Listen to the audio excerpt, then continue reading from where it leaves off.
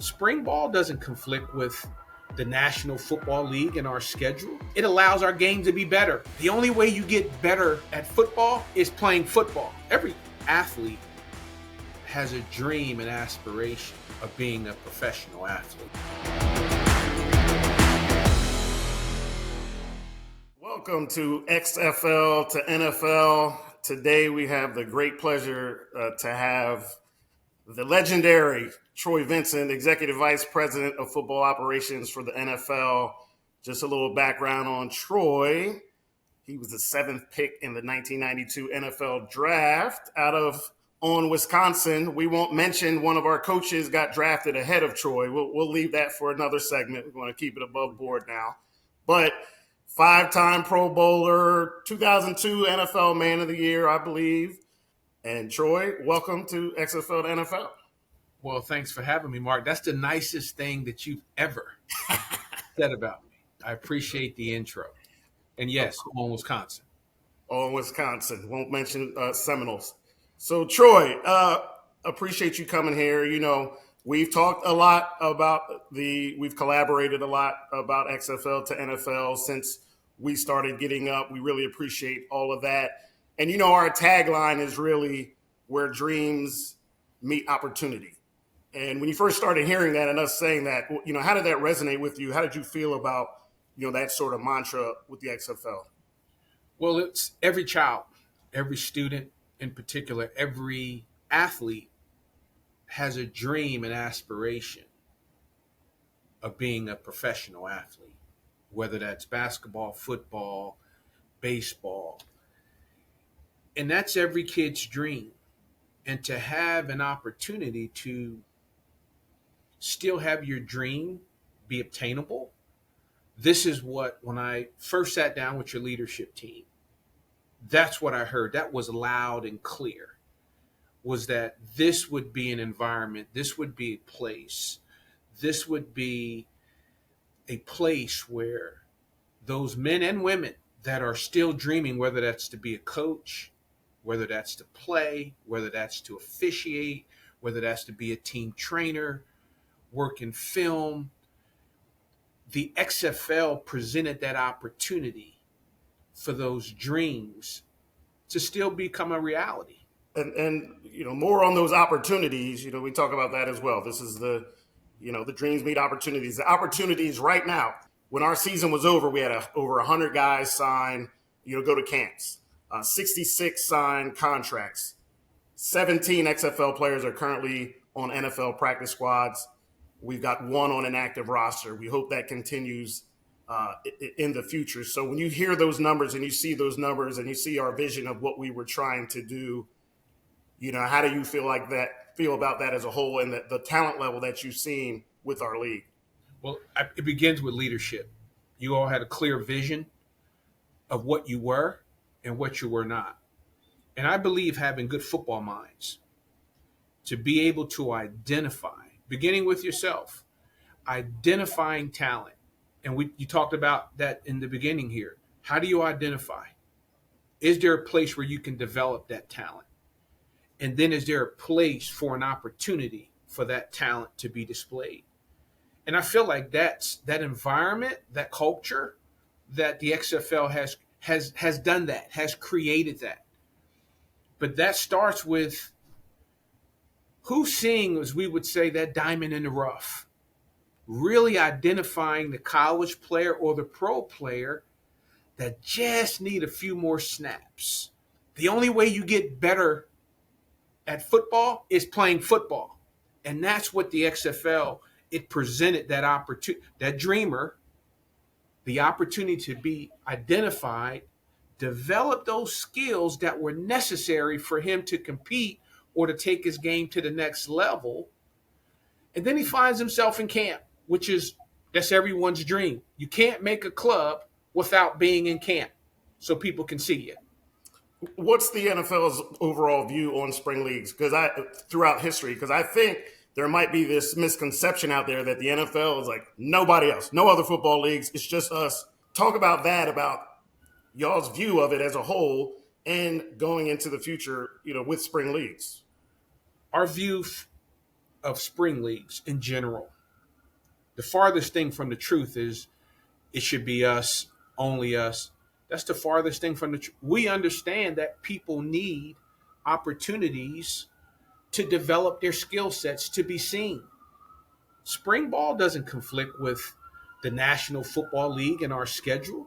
It truly allows individuals, the players, the coaches, support staff, video, trainers, the opportunity to get real reps. The only way you get better in football is by playing football. It complements, it allows our game to be better.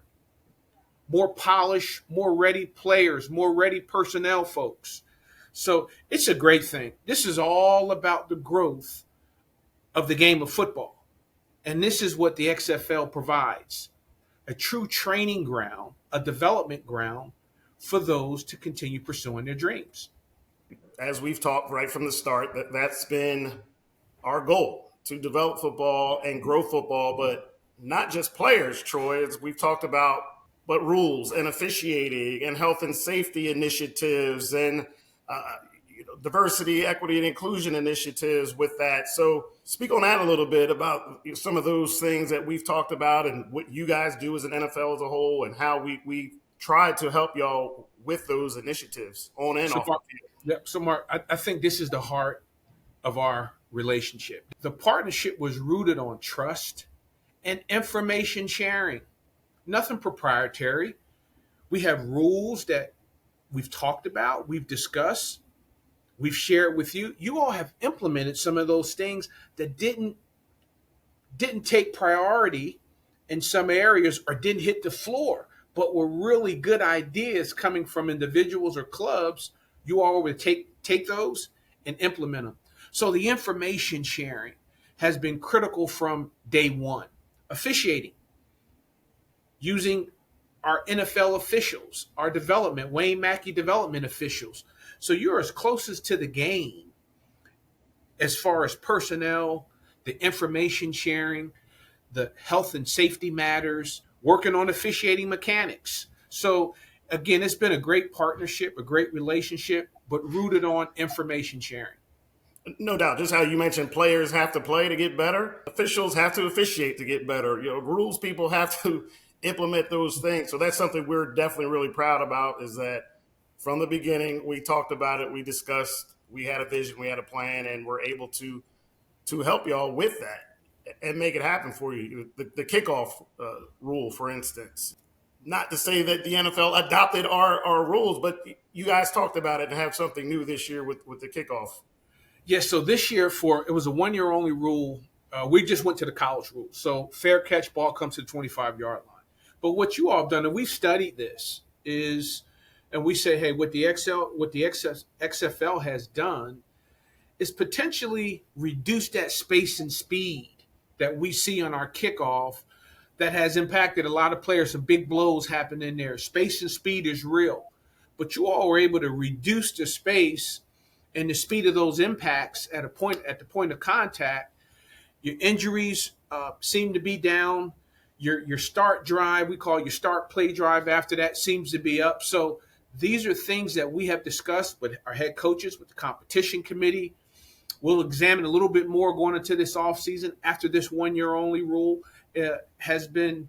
We've seen what has worked, what hasn't worked. Has it reduced the number of injuries that we hope that it reduces, as well as how does it affect points? We know that there'll be a reduction in returns just by the simple fact of the rule, but the XFL rule is very interesting to us. Again, that space and speed being reduced and those impacts, those body impacts being reduced as well. Troy, take the fans inside of, all right, how are y'all observing us as a whole? We've talked about our discussions and you look, but how often do y'all just sit there and say, okay, well, we watched that XFL game, or we've had this meeting and talked about this, and how often is that bandied about and discussed in y'all offices to say, let's keep an eye on what they're doing so we all can get better? Well, throughout your season, I mean, our staff football operations, football development ran by Roman Oben and Kevin Booth, who's with Management Council.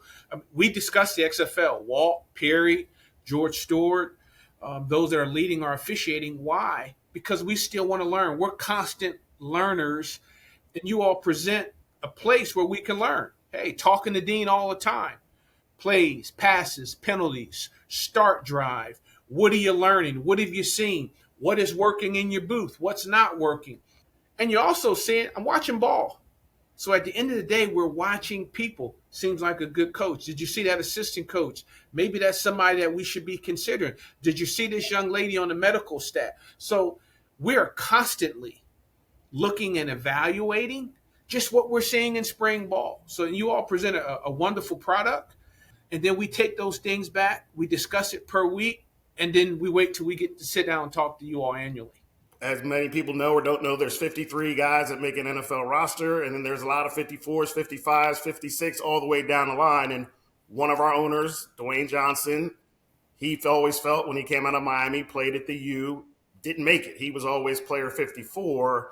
But I always like to compare it to as well, Danny Garcia, another one of our owners. She's a player 54 because she's the first female owner of a sports league. And Jerry Cardinal, the owner of Redbird Capital, he's a player 54 because, hey, people say you can't make this happen. So how many player 54s do you know, Troy, and throughout your career, and how that carries our league?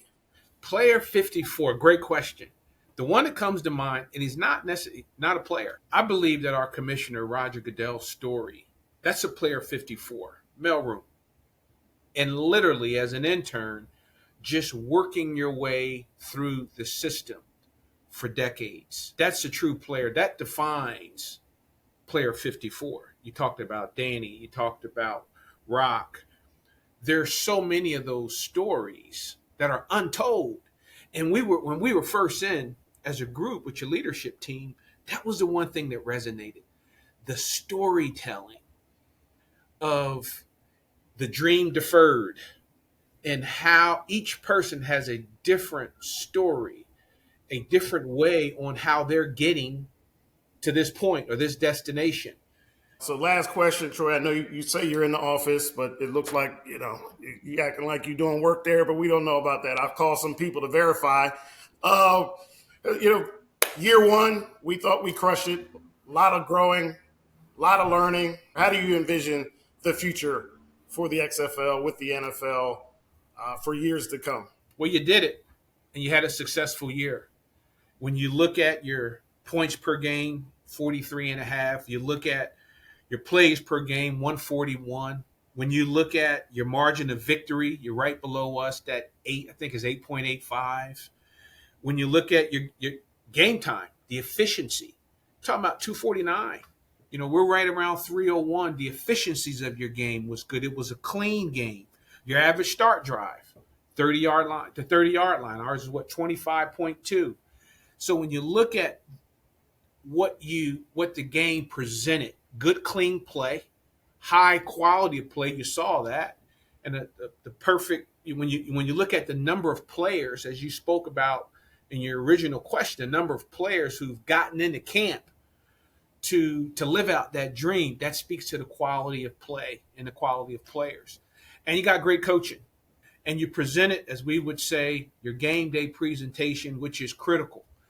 What it looked like, what it felt like as a viewer watching, I thought it was a very, very good product. Well, we appreciate that, man, and we got to get you to a game next year. Get you down to DC or St. Louis to check out the atmosphere, how we're rolling there. You kept pushing me off last year, but maybe I'm an empty nester now. Tommy and I, we're empty nesters, so we look forward to that invitation. No doubt, man. Troy, thanks a lot, man, for being a part of the XFL to NFL, and hope to have you again in the future. Marc, thanks for having me.